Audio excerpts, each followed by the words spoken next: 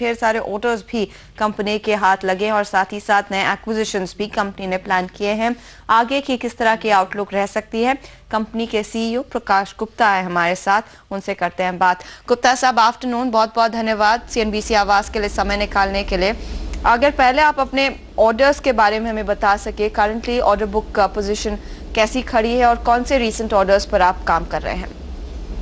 देखिए, रिसेंटली हमारी एक ग्लोबल आईटी कंपनी है और हम लोग जो अभी हमारी फोकस बहुत एजुकेशन स्पेस पे है और हमारी 65% of the revenue education space से आ रही है।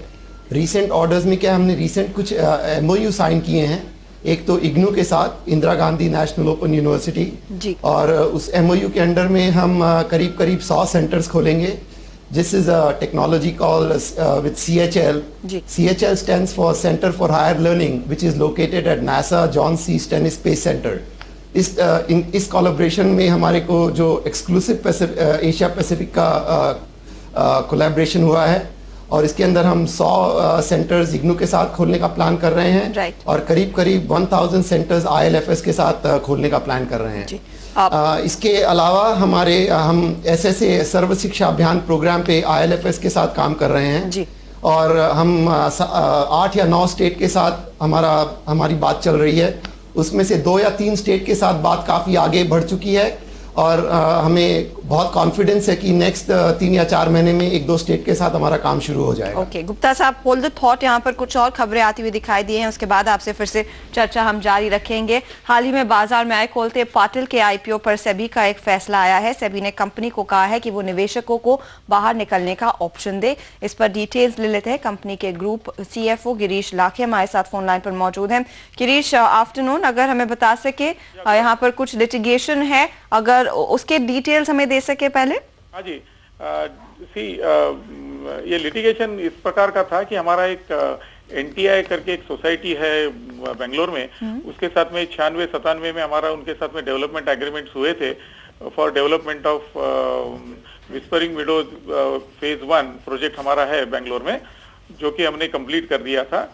तो NTI के कुछ ऑब्लिगेशंस थे हमारी तरफ, उसके अगेंस्ट अगर उनका कुछ पेमेंट हमने देना था तो उन्होंने वो ऑब्लिगेशंस कुछ कंप्लीट नहीं किए, तो उसके अगेंस्ट हमने फिर उनको 35,000 स्क्वायर फीट की कंस्ट्रक्शन उनको हमने देना था, जो कि हमने 20,500 स्क्वायर फीट उनको फेज 1 में डिलीवर भी कर दिया था।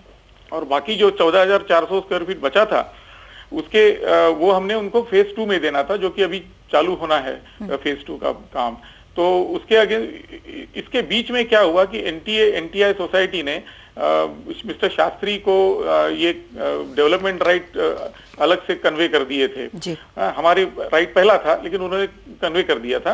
तो इसके बीच में फिर उनके दोनों में डिस्प्यूट हुआ, NTI और शास्त्री में अलग से। जो उसका आर्बिट्रेशन अवार्ड हुआ उसको NTI को बोला गया कि आप 3.5 करोड़ रुपया शास्त्री को दे दीजिए।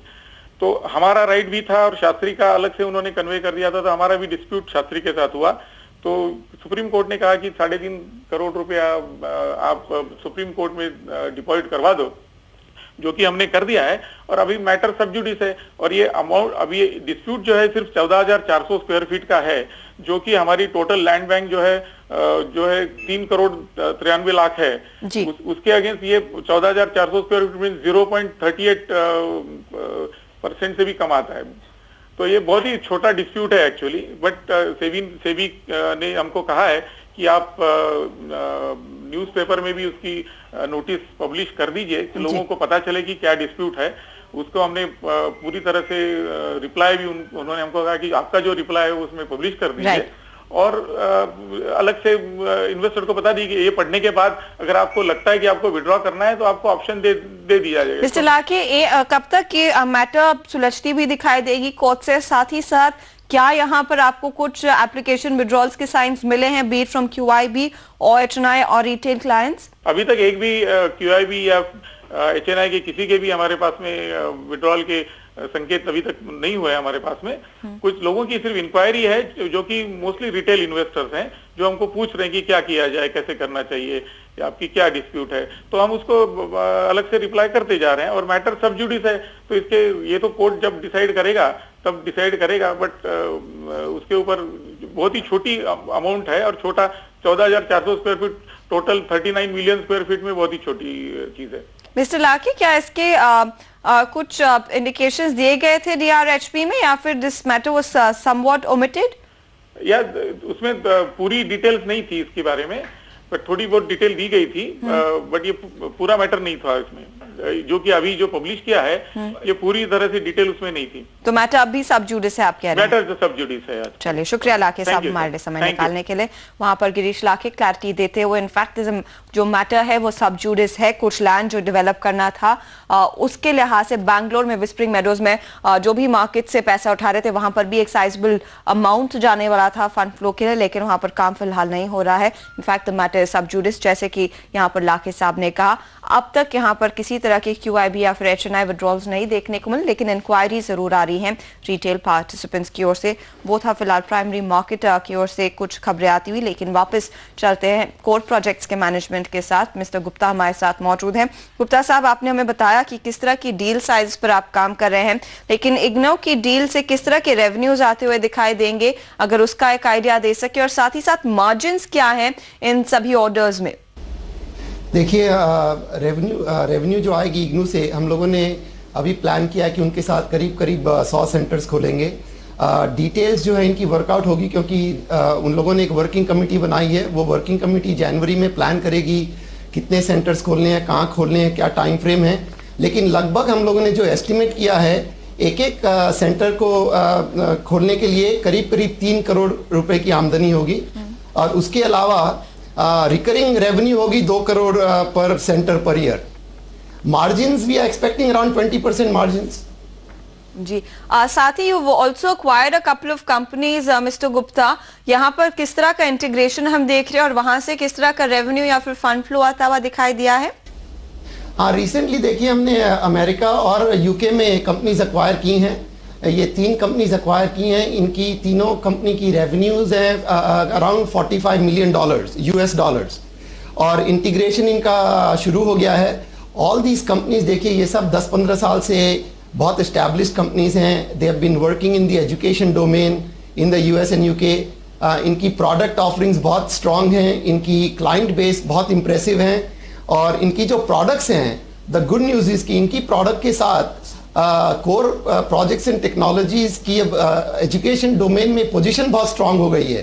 क्योंकि if you understand our vision and our goal, we really want to be a global leader in the education domain, providing best of breed end-to-end solutions.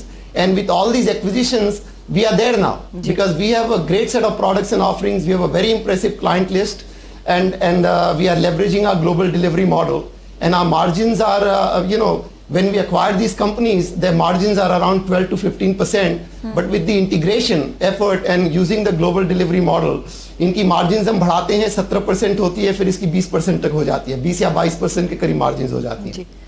Final call mister Gupta, by the end of this year किस तरह के revenues हम expect कर सकते हैं company की ओर से, और साथ ही साथ EPS आउटलुक क्या है आपका?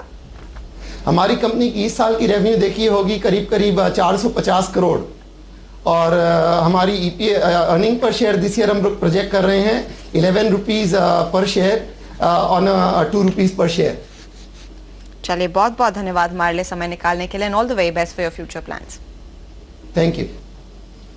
तो वहाँ पर प्रकाश गुप्ता डिटेल्स देते हुए कंपनी के प्लान्स के बारे में। यहाँ पर ढेर सारे ऑर्डर्स, मार्जिन इंप्रूवमेंट देखने को मिले, और साथ ही साथ आउटलुक है कि रेवेन्यू 450 करोड़ के आसपास के दिखाई देंगे इस साल के अंत तक। स्टॉक आपके सामने 1.5% तक के गेंस दिखाता हुआ 275 पर कर रहा है कारोबार।